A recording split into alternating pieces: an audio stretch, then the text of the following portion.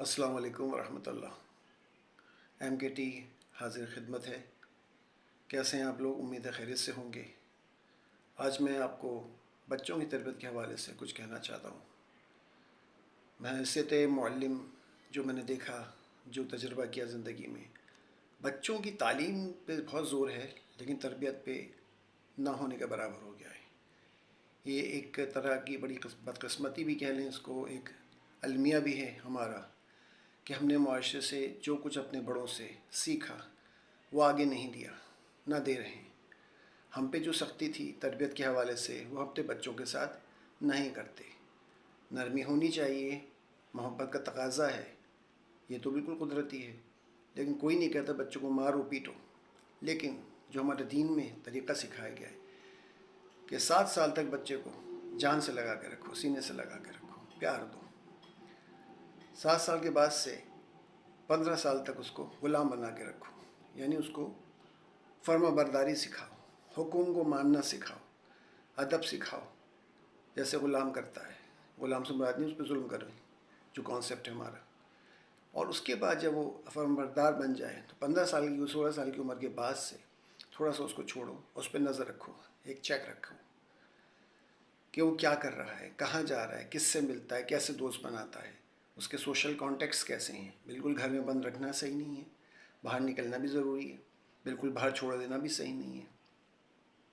پھر دوسرے حوالے سے تعلیم میں، تربیت کے بعد تعلیم میں ہمیں بہت زور ہوتا ہے بھر بھر کے لکھوانا، جو ہمارے تعلیمی اداروں میں بدقسمتی کے ساتھ، بدقسمتی ہی کہیں گے اس کو، کہ کوئی آج تک تعلیمی جو ہے نصاب صحیح معنوں میں ہمارا اخذ ہی نہیں کیا گیا، کوئی بنایا نہیں گیا، کچھ آگے پیچھے کتابیں بدل کے اور اس کو کہا جاتا ہے کہ اس میں تبدیلی آ گئی، جبکہ کوئی تبدیلی نہیں ہوتی، معیار گرتا ہی چلا جا رہا ہے۔ افسوس کی بات ہے۔ تو بہرحال ہماری کوشش یہ ہونی چاہیے کہ ہم بچے کو اچھی تعلیم دیں۔ صرف لکھنا اور پڑھنا، آپ نے سنا ہوگا پڑھے لکھے جاہل، ایک طرح سے یہ صحیح ہے۔ پڑھنا لکھنا، ریڈنگ اینڈ رائٹنگ، یہ ایک آرٹ ہے، ایک طریقہ ہے۔ علم کا جو ریکارڈ ہے وہ ظاہر ہے لکھ کے رکھا جاتا تھا۔ قلم کی قسم کھائی اللہ تعالیٰ نے قرآن میں، اہمیت ہے اس کی، لیکن ایک حد تک علم صحیح معنوں میں آپ کے ذہن میں ہوتا ہے۔ یاد رکھیے گا، قرآن جو ہے اللہ کی کتاب، وہ وحی کی گئی رسول اللہ صلی اللہ علیہ وسلم پہ، لکھ کے نہیں کی گئی۔ اس کو کوئی کتنے عرصے تک پڑھ نہیں سکتا تھا، رسول اللہ صلی اللہ علیہ وسلم کے سینے میں محفوظ ہو گیا وہ۔ رسول اللہ صلی اللہ علیہ وسلم خوب امی تھے، یعنی نہ لکھنا جانتے تھے، نہ پڑھنا جانتے، نہ کسی اکیڈمی میں ہو گئے تھے، لیکن سب سے بڑے عالم، سب سے بڑے معلم، سب سے بڑے اسکالر کہلاتے ہیں دنیا کے، غیر مسلم بھی مانتے ہیں ان کو۔ آخر کیسے؟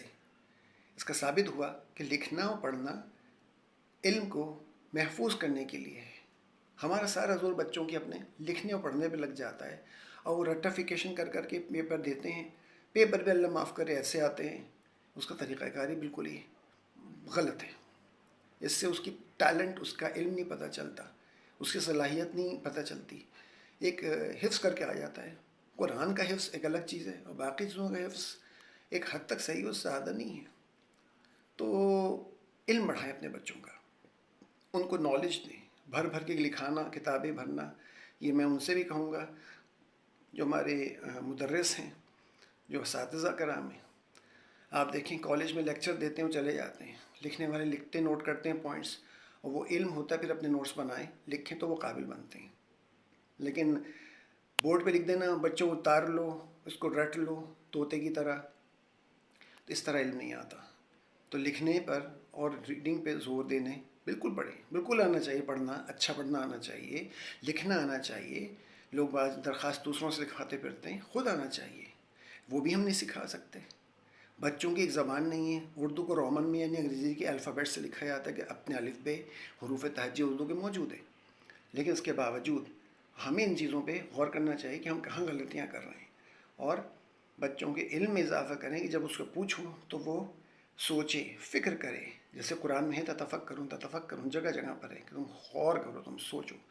ہم نے یہی سوچنا چھوڑ دیا ہے، اور ہم بس جو لکھ پایا، دیکھا، رٹا، اور امتحان کہتے ہیں ہم قابل ہو گئے، ڈگری آ گئی، بیکار ہے۔